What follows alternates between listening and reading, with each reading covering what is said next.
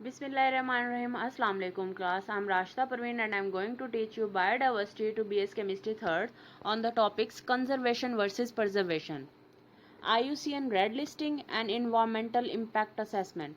And today our lecture is lecture number 5. Class इससे पहले जो है हम प्रीवियस लेक्चर्स में बायोडाइवर्सिटी के बारे में डिटेल में डिस्कस कर चुके हैं। आज हमने जो टॉपिक डिस्कस करना है वो करना है कंजर्वेशन वर्सेस प्रिजर्वेशन। कंजर्वेशन और प्रिजर्वेशन में क्या डिफरेंस है, चलें अब स्टार्ट करते हैं हम अपने टॉपिक को। Conservation is the sustainable use. Conservation जो है वो सस्टेनेबल यूज है किसका? नेचुरल रिसोर्सेज का।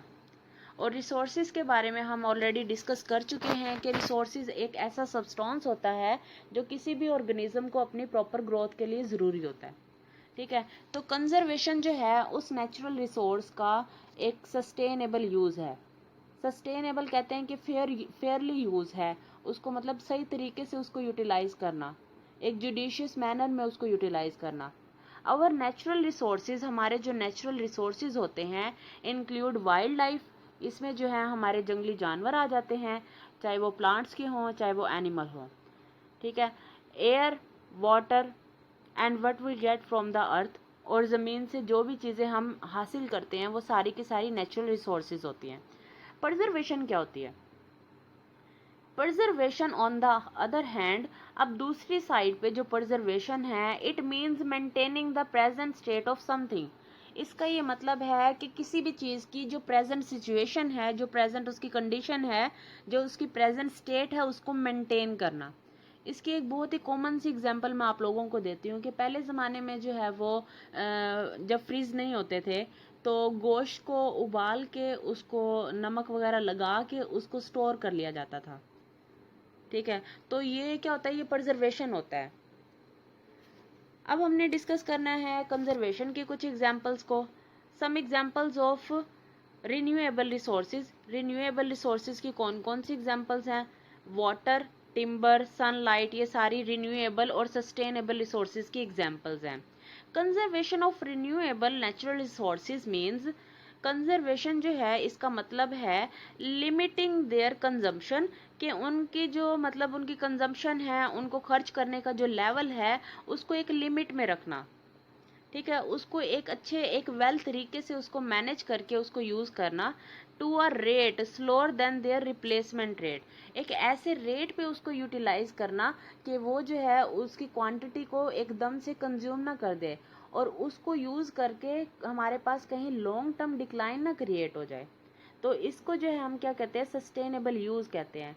और सस्टेनेबल यूज़ किसका होगा? नेचुरल रिसोर्सेज का। नेचुरल रिसोर्सेज का जो सस्टेनेबल यूज़ होगा वो क्या कहलाता है? कंजर्वेशन कहलाता है।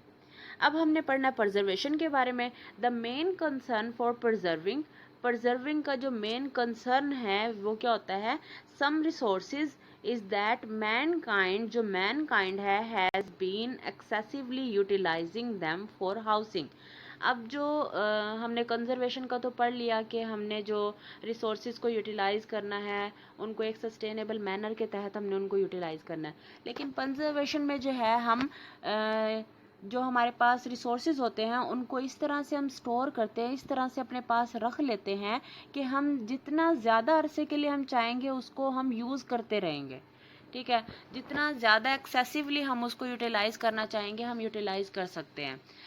फॉर हाउसिंग, घरों के लिए, फार्मिंग, फिशिंग के लिए, इंडस्ट्री के लिए भी हम कर सकते हैं, टूरिज्म के लिए भी कर सकते हैं, and other human development purpose, और दूसरे ह्यूमन डेवलपमेंट के जितने भी पर्पस हैं जहाँ पे हमने उन प्रिजर्व की हुई रिसोर्सेज को यूज़ करना हम यूटिलाइज कर सकते हैं। Which has damage there natural beauty, जो कि उनकी नेचुरल ब्यूटी को डैमेज कर देता है। ठीक है, conservation is aimed at reducing the wear and tear of the earth. Conservation का जो पर्पस है वो है wear and tear of earth. Wear and tear of earth को ये रिड्यूस कर देता है।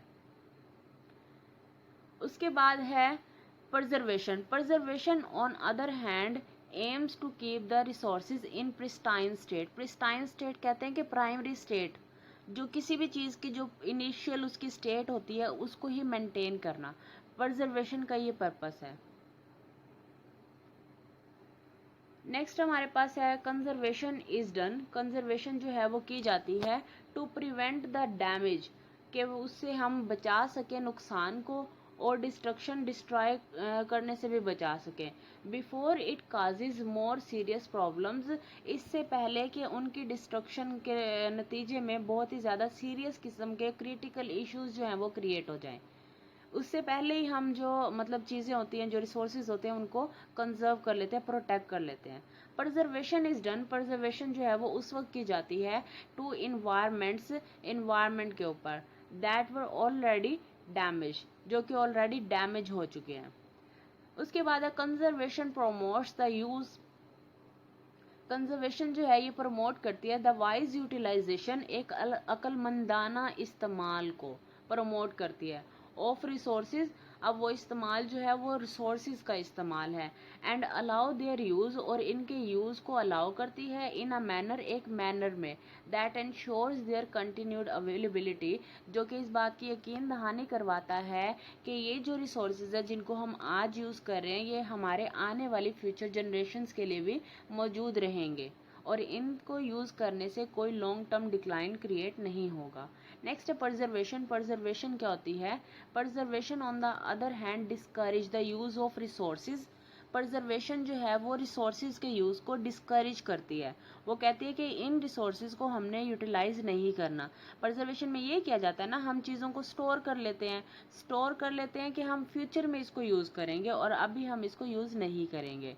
ठीक है, in order to maintain their primary state, उनकी जो प्राइमरी स्टेट होती है उसको मेंटेन कर लिया जाता है। In other words preservation does not allow the usages of some resources, preservation जो है वो कुछ ऐसे रिसोर्सेज होते हैं जिनके यूजेज को अलाउ नहीं करती, वो अलाउ नहीं करती कि इस तरह के मतलब जो रिसोर्सेज हैं उनको इस्तेमाल किया जाए।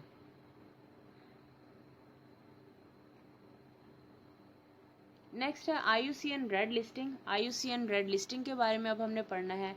IUCN categorise protected areas in Pakistan. IUCN जो है वो उसने पाकिस्तान के जो प्रोटेक्टेड एरिया हैं जहाँ पे स्पीशीज़ बायोडाइवर्सिटी की जो स्पीशीज़ हैं वो पाई जाती हैं और उनको प्रोटेक्ट करना है। तो IUCN क्या होता है? IUCN जो है वो international union for conservation of nature and natural resources. ठीक है, ये एक इंटरनेशनल यूनियन है जो कि कंजर्व करती है बायोडाइवर्सिटी को। IUCN की रेड लिस्ट के मुताबिक एट प्रेजेंट अब तक there are around 400 protected areas in Pakistan. Pakistan के अंदर 400 के करीब जो हैं वो प्रोटेक्टेड एरियाज हैं that are recognised by IUCN, जो कि रिकॉग्नाइज किए हैं IUCN ने। IUCN ने इन 400 प्रोटेक्टेड एरियाज को आइडेंटिफाई कर दिया है। ठीक है, अब ये एरियाज यहाँ पे मेंशन हैं और इनके साइट्स भी यहाँ पे मेंशन हैं जिनको ज़्यादा से ज़्यादा प्रोटेक्ट किया जाता है। नेक्स्ट है IUCN की रेड लिस्टिंग। IUCN की रेड लिस्टिंग क्या कहती है? IUCN red list of threatened species. IUCN की जो रेड लिस्ट है वो थ्रेटन्ड स्पीशीज के लिए है और थ्रेटन्ड स्पीशीज हम ऑलरेडी डिस्कस कर चुके हैं। ऐसी स्पीशीज जिनको खतरा होता है, जो कि रिस्क पे होती हैं कि वो इंडेंजर्ड हो जाएंगी, is also known as IUCN red list और रेड डाटा लिस्ट। डेट इसको जो है IUCN की रेड लिस्ट भी कहते हैं और रेड डाटा लिस्ट भी कहा जाता है। IUCN red list was founded in 1964। IUCN की रेड लिस्ट जो है इसको सबसे पहले तख्लीक किया गया, सबसे पहले क्रिएट किया गया 1964 में। It is the world's most comprehensive inventory, ये दुनिया की सबसे वसी तरीन कॉम्प्रिहेंसिव इन्वेंट्री है of the global conservation status of biological species, जहाँ पे बायोलॉजिकल स्पीशीज को कंजर्व किया जाता है।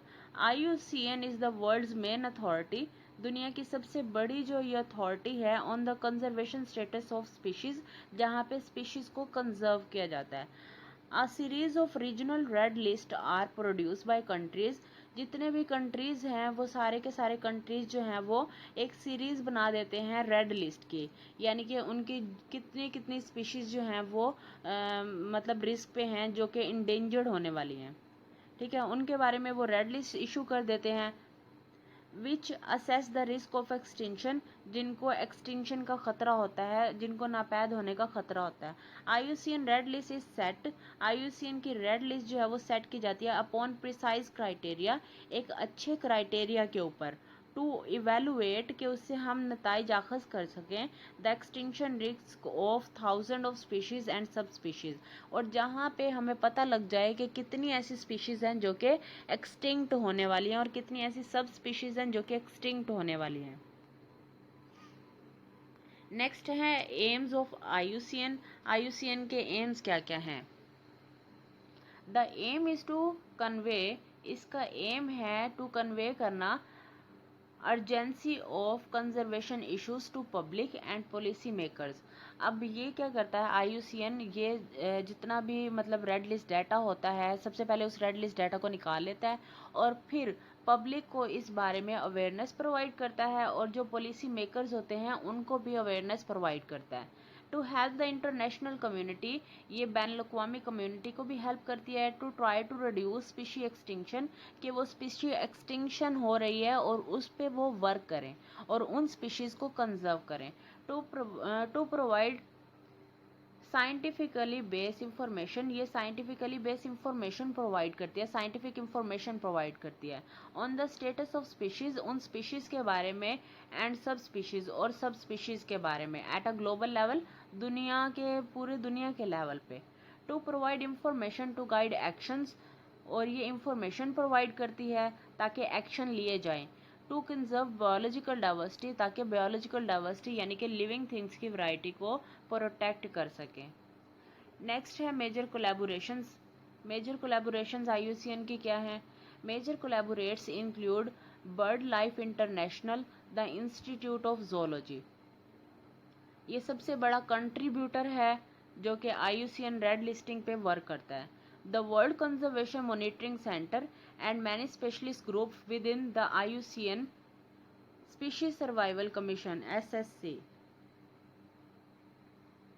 नेक्स्ट है collectively assessment by these organizations and groups account for nearly half of the species on the red list. ये सारी की सारी जो हैं वो क्या है, कोलैबोरेशंस हैं जो कि आईयूसीएन को हेल्प करती हैं। यहाँ पे एक रफ सा डाटा दिखाया हुआ है 2017 का आईयूसीएन के मुताबिक कि मेमल्स की जो है वो कितनी स्पीशीज़ हैं जो कि इंडेंजर्ड हो गई हैं, कितनी स्पीशीज़ ऐसी हैं जो कि क्रिटिकली इंडेंजर्ड हो गई हैं और कितनी स्पीशीज़ ऐसी हैं जो कि वुलनरेबल हो गई हैं, जो आपके यानी कि वुलनरेबल यानी कि ऐसी स्पीशीज़ जो अब दिखाई भी नहीं देती। उसके बाद है एक्सटिंक्ट स्पीशीज कौन सी होती हैं? अ स्पीशी इज एक्सटिंक्ट, एक स्पीशी उस वक्त नापैद हो जाएगी when the last existing member dies, जब उस स्पीशी का आखिरी मेंबर जो है वो भी मर जाएगा। Extinction is the end of an organism, extinction जो है वो किसी भी ऑर्गेनिज्म का एंड है, और of a group of organism, या फिर उस ऑर्गेनिज्म का जो पूरे का पूरा ग्रुप है वो भी ख़त्म हो जाएगा। नॉर्मली या स्पीशी, नॉर्मली एक स्पीशी होती है जो कि एक्सटिंक्ट हो जाती है। The movement of extinction is generally considered, जो मूवमेंट है एक्सटेंशन का वो कंसीडर किया जाता है to be the death of last individual of species, जब उस स्पीशी का आखिरी जो मेंबर होता है वो भी अगर मर जाएगा उसके बाद उस स्पीशी को कहा जाता है कि ये स्पीशी एक्सटिंक्ट हो गई है, बिल्कुल ही नापैद हो गई है। उसके बाद है एग्जांपल्स ऑफ एक्सटिंक्ट स्पीशी की अब हमने देखनी है। द पैसेंजर पिजन, ये एक मुसाफरी कबूतर है। One of the hundreds of species of the bird extinct was hunted to extinction over the course of few decades, पिछली कुछ दिहाइयों के अंदर जो है ये जो पैसेंजर पिजन है ये एक्सटिंक्ट हो चुका है। उसके बाद extinct in the wild, extinct in the wild EW species listed under this status by IUCN are not known to have any living specimen in the world. अब जो extinct in the wild ये ऐसी species होती हैं जो दुनिया में अब exist करती ही नहीं है and are maintained only in zoo, अगर कहीं पे ये होती भी हैं तो ये सिर्फ चिड़िया घरों में होती है and artificial environments, और सिर्फ artificial environments के अंदर पाई जाती हैं। उसके बाद है some of these species are functionally extinct, इनमें से बहुत सारी स्पीशीज ऐसी होती हैं जो कि एक्सटिंक्ट हो चुकी हैं। And they are no longer the part of their natural habitat, और वो अब अपने नेचुरल हैबिटेट का पार्ट नहीं है। इसकी बहुत ही कॉमन सी एग्जांपल हम डायनासोर के बारे में पढ़ते आ रहे हैं कि डायनासोर जो है वो एक ऐसी स्पीशी है जो अब टोटली एक्सटिंक्ट हो गई है, एक्सटिंक्ट इन वाइल्ड है। व्हेन पॉसिबल, जब भी पॉसिबल हो, modern zoological institutions try to maintain, modern zoological institutions जो हैं वो मेंटेन किए जाने चाहिए a viable population for species preservation, ताकि वहाँ पे स्पीशीज़ को जो है वो कंजर्व किया जा सके, एंड पॉसिबली फ्यूचर री इंट्रोडक्शन, और वहाँ पे उनकी री इंट्रोडक्शन करवाई जा सके टू द वाइल्ड, इस तरह के प्लांट्स की और एनिमल्स की, through the use of carefully planned breeding programmes, और उनको उनकी ग्रोथ करवाई जाए प्रॉपर प्लानिंग के तहत। Next, critically endangered. Critically endangered क्या होता है? अ क्रिटिकली इंडेंजर्ड स्पीशी, एक critically endangered species is one, ऐसी स्पीशी होती है which has been categorise by IUCN, जिसे IUCN जो है वो कैटेगराइज करता है as facing a very high risk of extinction in the world, जो कि बहुत ही ज़्यादा रिस्क जो है वो फेस कर रही होती है कि वो एक्सटिंक्ट हो जाएगी। ठीक है, it is the highest risk category, ये सबसे ज़्यादा हाईएस्ट रिस्क की कैटेगरी होती है by IUCN red list for wild species. Wild species के लिए सबसे ज़्यादा जो रिस्क होता है वो क्रिटिकली इंडेंजर्ड स्पीशीज़ को होता है। देयर आर करंटली 2129 एनिमल्स, तकरीबन 2129 ऐसे एनिमल्स हैं जो कि क्रिटिकली इंडेंजर्ड हैं, and 1821 plants with this assessment, तकरीबन 2129 एनिमल्स और 1821 प्लांट्स ऐसे हैं जो कि क्रिटिकली इंडेंजर्ड हैं, जिनको शदीद किस्म के खतरात लाहक हैं। At the red list doesn't consider, जो रेड लिस्ट है वो कंसीडर नहीं करती अ स्पीशी एक्सटिंक्ट, एक स्पीशी को कि वो एक्सटिंक्ट हो जाए, until extensive targeted survey has been conducted. एक पूरा जो IUCN जो है सबसे पहले एक पूरा सर्वे कंप्लीट करती है, सर्वे के दौरान में वो स्पीशीज़ को जांचती है, उनको एनालाइज करती है, और उसके बाद में वो अपनी रेड लिस्ट जो है वो इशू करती है। Species with a possibly extinct are still listed in critically endangered. Next है इंडेंजर्ड स्पीशीज़ कौन सी होती हैं, ये हम ऑलरेडी पहले भी डिस्कस कर चुके हैं। अब हमने IUCN की लिस्ट के मुताबिक इसको देखना है कि इंडेंजर्ड स्पीशीज़ जो है वो कौन सी स्पीशीज़ होती हैं। N endangered species is one, endangered species जो है वो एक ऐसी स्पीशी होती है विच हैज़ बिन कैटेगराइज, जो कि कैटेगराइज की गई है बाय IUCN के तहत, as likely to become extinct, कि वो एक्सटिंक्ट हो जाएगी। इंडेंजर्ड कहते हैं कि ऐसी स्पीशीज जो कि खतरे में है, और किस चीज़ का खतरा है? उनके नापैद होने का खतरा, यानी कि ऐसी स्पीशीज जो कि नापैद होने के खतरे में है, ठीक है, उन्हें इंडेंजर्ड स्पीशीज कहा जाता है। कंजर्वेशन बायोलॉजिस्ट, जो बायोलॉजिस्ट हैं, use the IUCN red list, वो IUCN की रेड लिस्टिंग को यूज करते हैं। Where endangered is the second most severe conservation status, जहाँ पे इंडेंजर्ड जो है वो एक सेकेंड मोस्ट कंजर्वेशन स्टेटस है। सबसे पहला जो है वो क्रिटिकली इंडेंजर्ड है, और उसके बाद है इंडेंजर्ड स्पीशीज, उसके बाद है almost 3079 animals and 2655 plants are endangered world wide. पूरी दुनिया के अंदर 2655 प्लांट्स ऐसे हैं और 3079 एनिमल्स ऐसे हैं जो कि इंडेंजर्ड हैं, जो कि ख़तरे में हैं, जो कि रिस्क में हैं कि वो एक्सटिंक्ट हो जाएंगे। मैनी नेशंस हैव लॉज, बहुत सारी कौमें ऐसी हैं जिन्होंने लॉ बनाए हुए हैं, कानून बनाए हुए हैं, दैट प्रोटेक्ट कंजर्वेशन रेलिएंट स्पीशी, जो कि इन स्पीशीज़ की कंजर्वेशन, इनके प्रोटेक्शन पे काम करते हैं। For example forbidding hunting, restriction, land development और क्रिएटिंग प्रिजर्व्स। ठीक है, तो वो इन चीज़ों के ऊपर काम करते हैं ताकि इन स्पीशीज़ को प्रिजर्व किया जा सके। नेक्स्ट है environmental impact assessment. Environmental impact assessment के बारे में अब हमने पढ़ना है, तो सबसे पहले हम इसकी डेफिनेशन देखते हैं कि इन्वायरमेंटल इम्पैक्ट असेसमेंट क्या होती है। Environmental impact assessment is define as, environmental impact assessment को हम डिफाइन कर सकते हैं, an activity design to identify the impact. ये एक ऐसी एक्टिविटी है जो कि डिज़ाइन की गई है कि हम इम्पैक्ट को आइडेंटिफाई कर सकें। On the bio geophysical environment, कोई भी इम्पैक्ट, कोई भी एक्टिविटी ऐसी जो कि हमारे जो हमारा इन्वायरमेंट है उसके ऊपर असरअंदाज हो रही है, उसको आइडेंटिफाई करने के लिए इन्वायरमेंटल इम्पैक्ट असेसमेंट को यूटिलाइज किया जाता है। ठीक है, अब वो जो उसका इम्पैक्ट है वो इन्वायरमेंट पे भी हो सकता है, ऑन मैन, इंसानों पे भी हो सकता है, and well being of legislative proposals, projects and policies and operational procedures, and to interpret communicate information. और मतलब इस तरह की कोई भी स्पीशीज जो इन चीज़ों को इफेक्ट करती हैं उनको आइडेंटिफाई किया जाता है, और वहाँ से हम कंक्लूड करते हैं, वहाँ से नतीजा अखज़ करते हैं कि कौन कौन सी चीज़ें हैं जो कि हमारे इन्वायरमेंट को इम्पैक्ट कर रही हैं, और वहाँ से इंफॉर्मेशन हम गैदर करते हैं। अब हमने इसकी ऑब्जेक्टिव्स के बारे में पढ़ना है कि ऑब्जेक्टिव्स क्या हैं इन्वायरमेंटल इम्पैक्ट असेसमेंट की। नंबर 1 है to identify, predict and evaluate the economic, environmental and social impact of developmental activities। के सबसे पहले जो है वो आइडेंटिफाई किया जाता है, प्रिडिक्ट किया जाता है और इवेलुएट किया जाता है हमारी जो एक्टिविटीज़ होती हैं, चाहे वो डेवलपमेंट हो, चाहे वो सोशल हो, चाहे वो इन्वायरमेंटल हो, चाहे वो इकोनॉमिकल हो, जितनी भी एक्टिविटीज़ हैं उनको हम आइडेंटिफाई करेंगे, उनको प्रिडिक्ट करेंगे। उसके बाद है टू प्रोवाइड इंफॉर्मेशन, ये इंफॉर्मेशन भी प्रोवाइड करती है on the environmental consequences, environment के ऊपर जितने भी इम्पैक्ट्स होते हैं, उसके जितने भी नताइज होते हैं उनके ऊपर ये भी वर्क करती है। फॉर डिसीजन मेकिंग, ताकि हम उनके ऊपर डिसीजन ले सकें।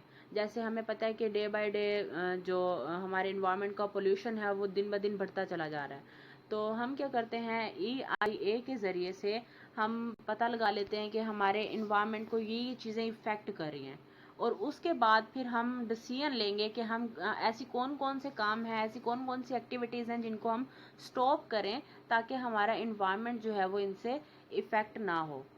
नेक्स्ट है number 3, to promote environmentally sound and sustainable development, promote करना सस्टेनेबल डेवलपमेंट को through the identification of appropriate alternatives, और वहाँ पे एक मुनासिब जो वहाँ पे मतलब ऑल्टरनेटिव्स हमने लेके आने हैं उनको हम ले आएँ। नेक्स्ट है इन्वायरमेंटल इम्पैक्ट असेसमेंट, हमने देखनी है। Environmental impact assessment statement should contain the following information. अब जो इन्वायरमेंटल इम्पैक्ट असेसमेंट की जो स्टेटमेंट है उसके अंदर ये चीज़ें जो हैं वो लाजमी होनी चाहिए। नंबर 1 है डिस्क्रिप्शन ऑफ प्रपोज्ड एक्शन, किसी भी एक्शन को जब हमने मतलब उसको अभी लेना है इन फ्यूचर, तो उसके बारे में एक प्रॉपर क्लियर डिस्क्रिप्शन होनी चाहिए।